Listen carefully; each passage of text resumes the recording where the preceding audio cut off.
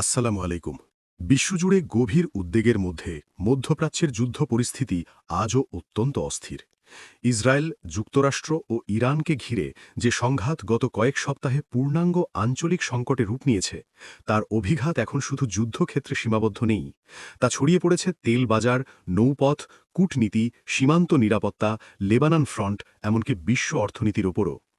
আজকের এই বিশেষ প্রতিবেদনে আমরা তুলে ধরব বর্তমান সংঘাতের সর্বশেষ অবস্থা, কোন পক্ষ কোথায় অবস্থান করছে, যুদ্ধবিরতি কতটা টেকসই, হরমুজ প্রণালী নিয়ে নতুন উত্তেজনা কেন তৈরি হয়েছে, লেবাননে কি ঘটছে এবং সামনের দিনগুলোতে পরিস্থিতি কোন দিকে যেতে পারে। প্রথমেই সামগ্রিক অবস্থার কথা বলি। বর্তমান সংঘাতের সূত্রপাত ঘটে ফেব্রুয়ারির শেষ দিকে, যখন যুক্তরাষ্ট্র ও ইসরায়েলের হামলার পর ইরান সরাসরি সংঘাতে জড়িয়ে পড়ে। তারপর থেকে কয়েক দফা মিসাইল, বিমান হামলা, সমুদ্রপথে উত্তেজনা, পারমাণবিক কর্মসূচি ঘিরে চাপ এবং প্রক্সি ফ্রন্টে পাল্টাপাল্টি আঘাতের মধ্যে পরিস্থিতি ক্রমেই জটিল হয়েছে। যদিও গত সপ্তাহে একটি ভঙ্গুর যুদ্ধবিরতির কথা সামনে আসে, বাস্তবে সেই যুদ্ধবিরতি পূর্ণাঙ্গ শান্তি প্রতিষ্ঠা করতে পারেনি। বরং এখন দেখা যাচ্ছে ইরান, যুক্তরাষ্ট্র ও ইসরায়েলের মূল সংঘাতের পাশাপাশি লেবানন সীমান্তে ইসরায়েল হিজবুল্লাহ লড়াইও আরও আলাদা ও বিপজ্জনক মাত্রা পেয়েছে। আজকের সবচেয়ে বড় প্রশ্নগুলোর একটি হল, যুক্তরাষ্ট্র ও ইরানের মধ্যকার যুদ্ধবিরতি আদৌ কার্যকর আছে কিনা। এপি এর সর্বশেষ আপডেট অনুযায়ী পাকিস্তানের মধ্যস্থতায় দ্বিতীয় দফা মার্কিন ইরান আলোচনার প্রচেষ্টা চলছে, কিন্তু মাঠের বাস্তবতা এখনও খুবই নাজুক। একদিকে যুক্তরাষ্ট্র ইঙ্গিত দিচ্ছে কূটনৈতিক পথ পুরোপুরি বন্ধ হয়নি, অন্যদিকে হরমুজ প্রণালী ও ইরানি বন্দর ঘিরে যুক্তরাষ্ট্রের নৌ অবরোধ পরিস্থিতিকে আবারও বিস্ফোরক করে তুলেছে। যুদ্ধবিরতি কথায় থাকলেও বাস্তবে সামরিক হুমকি, পারস্পরিক শর্ত, সামুদ্রিক টানাপড়েন ও আঞ্চলিক জোট প্রতিযোগিতা সেই যুদ্ধবিরতিকে বারবার দুর্বল করে দিচ্ছে। হরমুজ প্রণালী এখনই যুদ্ধের কেন্দ্রীয় স্নায়ুবিন্দু। কারণ এই জলপথ শুধু মধ্যপ্রাচ্যের ভূরাজনীতির প্রতীক নয়, বিশ্ব জ্বালানি নিরাপত্তারও অন্যতম প্রধান ধমনী। মার্কিন জ্বালানি তথ্য প্রশাসনের বিশ্লেষণ বলছে, সাম্প্রতিক হিসেব অনুযায়ী হরমুজ প্রণালী দিয়ে বিশ্ব সমুদ্রপথে তেল বাণিজ্যের 1/4 বেশি এবং বিশ্ব তেল ও পেট্রোলিয়ামজাত পণ্যের মোট ব্যবহারের প্রায় 1/5 সমপরিমাণ প্রবাহ হয়। একই সঙ্গে বৈশ্বিক এলএনজি বাণিজ্যেরও প্রায় 1/5 এই পথ দিয়ে যায়।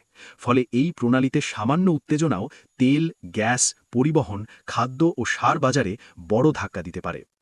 এই প্রেক্ষাপটে যুক্তরাষ্ট্রের নৌ অবরোধের ঘোষণা পরিস্থিতিকে আরও বিপজ্জনক করে তুলেছে। এপি এর প্রতিবেদন অনুযায়ী যুক্তরাষ্ট্র ইরানি বন্দরগুলোর ওপর চাপ বাড়াতে নৌবাহিনী কেন্দ্রিক অবরোধ কৌশল সামনে এনেছে।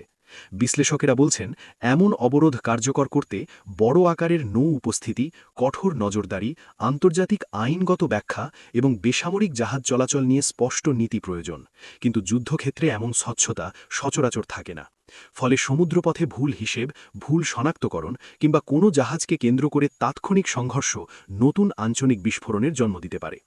অন্যদিকে ইরানও স্পষ্ট করে দিয়েছে যে হরমুজ প্রশ্নে তারা পিছু হটতে রাজি নয়। সাম্প্রতিক আপডেটগুলোয় দেখা যাচ্ছে ইরান হরমুজে নিজেদের নিয়ন্ত্রণ সংশ্লিষ্ট অবস্থান বজায় রাখতে চাইছে এবং যুক্তরাষ্ট্রের চাপকে সরাসরি প্রত্যাখ্যান করছে।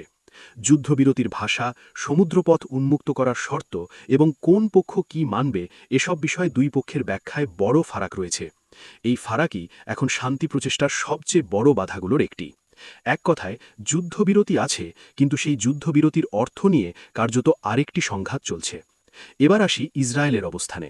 ইসরায়েল এই সংঘাতে শুধু ইরানের মুখোমুখি নয়, লেবাননে হিজবুল্লার বিরুদ্ধেও তারা সামরিক অভিযান জোরদার রেখেছে। আন্তর্জাতিক সংবাদ মাধ্যমের প্রতিবেদন বলছে, যুক্তরাষ্ট্র ইরান যুদ্ধবিরতির ঘোষণার পরও ইসরায়েল লেবানন ফ্রন্টে অভিযান কমায়নি।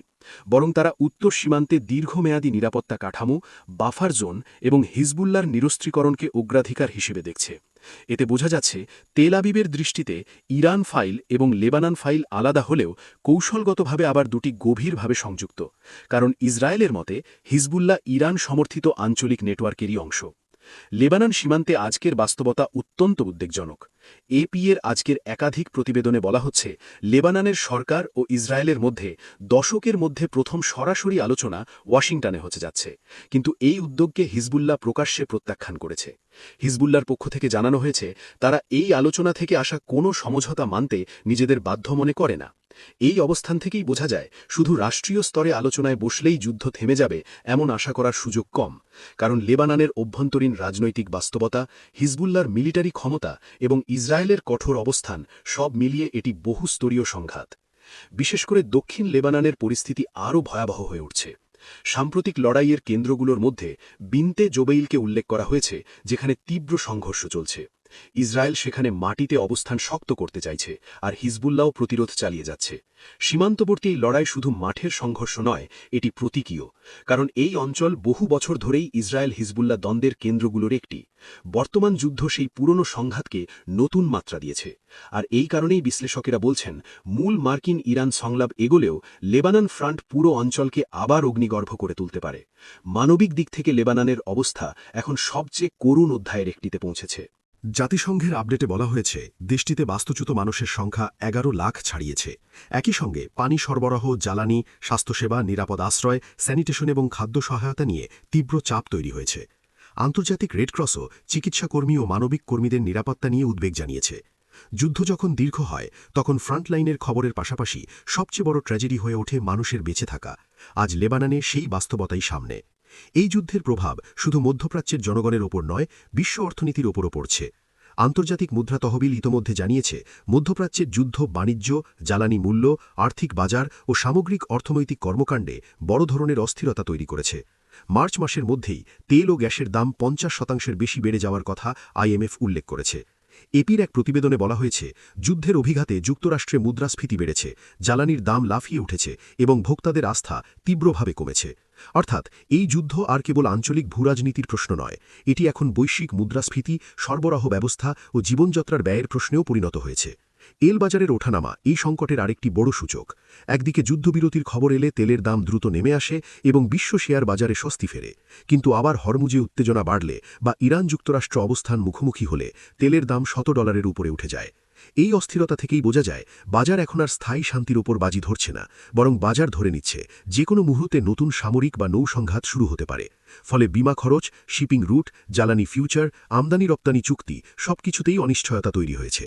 এখানে আরেকটি গুরুত্বপূর্ণ দিক হল এই যুদ্ধ এখন একক যুদ্ধ নয়, বরং বহুস্তরীয় যুদ্ধ। প্রথম স্তরে আছে যুক্তরাষ্ট্র বনাম ইরানের সরাসরি সংঘাত ও কূটনৈতিক দর কষাকষি। দ্বিতীয় স্তরে আছে ইসরায়েল বনাম ইরান সমর্থিত আঞ্চলিক নেটওয়ার্ক, বিশেষ করে হিজবুল্লাহ। তৃতীয় স্তরে আছে সমুদ্রপথ, তেল, নিষেধাজ্ঞা, অবরোধ এবং বৈশ্বিক বাণিজ্যের লড়াই।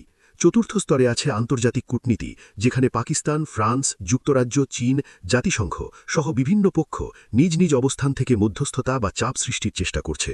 এই জটিলতার কারণে যুদ্ধের এক ফ্রন্টে সাময়িক শান্তি এলেও অন্য ফ্রন্টে আগুন জ্বলতেই পারে। যুক্তরাষ্ট্রের অভ্যন্তরেও এই যুদ্ধ নিয়ে বিতর্ক বাড়ছে। সংবাদ মাধ্যমের প্রতিবেদনে দেখা যাচ্ছে মার্কিন সিনেটের যুদ্ধ ক্ষমতা সীমিত করার প্রস্তাব নতুন করে সামনে এসেছে। এর অর্থ হল ওয়াশিংটনের ভেতরেও সবাই একই কৌশলের পক্ষে নয়। সামরিক অভিযান কতদূর যাবে, নৌ অবরোধ কতদিন চলবে, সরাসরি সংঘাত কি আরও বাড়বে নাকি আলোচনায় ফেরা উচিত, এসব নিয়ে আমেরিকান রাজনৈতিক অঙ্গনেও গুরুতর মতপার্থক্য রয়েছে। ফলে বাইরের যুদ্ধের পাশাপাশি ভেতরের রাজনৈতিক চাপও যুক্তরাষ্ট্রের সিদ্ধান্তকে প্রভাবিত করতে পারে। ইসরায়েলের ভেতরেও নিরাপত্তা চিন্তা এখন বহুমুখী। উত্তরে হিজবুল্লাহ, দূরে ইরান, আর কূটনৈতিক পর্যায়ে যুক্তরাষ্ট্রের ওপর নির্ভরশীলতা, সব মিলিয়ে তেল আবিবের কৌশলগত হিসাব এখন অনেক বেশি চাপের মধ্যে। ইসরায়েল যদি লেবাননে অভিযান আরও বাড়ায় তাহলে যুদ্ধবিরতি প্রক্রিয়া দুর্বল হবে, আর যদি অভিযান কমায় তাহলে তারা মনে করতে পারে উত্তর সীমান্তে প্রতিরোধ শক্তি অক্ষুণ্ণ থেকে যাচ্ছে। এই দ্বন্দ্বই লেবানন আলোচনাকে কঠিন করে তুলছে। অন্যদিকে ইরানের জন্যও পরিস্থিতি সহজ নয়। একদিকে সামরিক ও অর্থনৈতিক চাপ, অন্যদিকে কূটনৈতিকভাবে নিজেদের অবস্থান ধরে রাখার প্রয়োজন, আবার আঞ্চলিক মিত্রদের প্রশ্নও আছে। ইরান যদি খুব বেশি ছাড় দেয় তবে তাদের অভ্যন্তরীণ ও আঞ্চলিক প্রভাব ক্ষতিগ্রস্ত হতে পারে, আর যদি একেবারেই আপোষ না করে তবে যুক্তরাষ্ট্রের নৌচাপ, সম্ভাব্য অবকাঠামোগত ক্ষতি এবং দীর্ঘমেয়াদী অর্থনৈতিক অভিঘাত আরও তীব্র হতে পারে।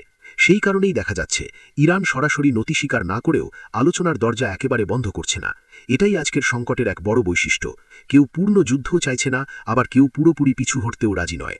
বর্তমান পরিস্থিতিতে সবচেয়ে বড় ঝুঁকিগুলোর একটি হল ভুল হিসাব বা মিসক্যালকুলেশন। একটি ড্রোন হামলা, কোনো জাহাজ থামানো, ভুলবশত গুলি ছড়া, সীমান্তে এক রাতের অতিরিক্ত আগ্রাসন, এসবই বড় ধরনের বিস্ফোরণ ঘটাতে পারে। যুদ্ধ যত জটিল হয়, যোগাযোগের ঘাটতি ও অবিশ্বাস তত বাড়ে, আর যেখানে যুক্তরাষ্ট্র, ইরান, ইসরায়েল, হিজবুল্লাহ, লেবানন, উপসাগরীয় নৌপথ, আন্তর্জাতিক বাণিজ্য সব একসঙ্গে জড়িয়ে যায়, সেখানে একটি ছোট ঘটনা বড় যুদ্ধের ট্রিগার হতে পারে। কূটনীতির ক্ষেত্রেও তাই সময় খুবই সীমিত। পাকিস্তান মধ্যস্থতায় নতুন দফা আলোচনা আয়োজনের চেষ্টা করছে। ইউরোপীয় পক্ষগুলোও উত্তেজনা নিয়ন্ত্রণে আগ্রহী। জাতিসংঘ মানবিক বিপর্যয় নিয়ে সতর্ক করছে। কিন্তু সমস্যা হল, যে পক্ষগুলো যুদ্ধক্ষেত্রে সক্রিয় তাদের প্রত্যেকের লক্ষ্য এক নয়। যুক্তরাষ্ট্র চাইছে ইরানের সক্ষমতার উপর কঠোর নিয়ন্ত্রণ, ইসরায়েল চাইছে সীমান্ত নিরাপত্তা ও হিজবুল্লাহর শক্তি কমানো, ইরান চাইছে চাপের মুখেও সামরিক মর্যাদা ধরে রাখতে, আর লেবাননের ভেতরে রাষ্ট্র ও অরাষ্ট্রীয় শক্তির অবস্থানও পরস্পর বিরোধী। ফলে টেবিলে বসা সহজ, কিন্তু স্থায়ী সমাধানে পৌঁছানো অনেক কঠিন। এখন প্রশ্ন, সামনে কি হতে পারে? প্রথম সম্ভাবনা, যুক্তরাষ্ট্র ইরান দ্বিতীয় দফা আলোচনা শুরু করে এবং অন্তত হরমুজ ইস্যুতে সীমিত সমঝোতা হয়। এতে বাজার কিছুটা শান্ত হতে পারে। দ্বিতীয় সম্ভাবনা, আলোচনা চললেও লেবানন ফ্রন্টে ইসরায়েল হিজবুল্লাহ সংঘর্ষ বাড়তে পারে, যা আবার মূল যুদ্ধবিরতিকে ভেঙে দিতে পারে। তৃতীয় সম্ভাবনা, সমুদ্রপথে অবরোধ বা প্রতিরোধের জেরে নতুন সামরিক সংঘাত শুরু হতে পারে, যার প্রভাব তাৎক্ষণিকভাবে তেল ও বিমা খরচে পড়বে।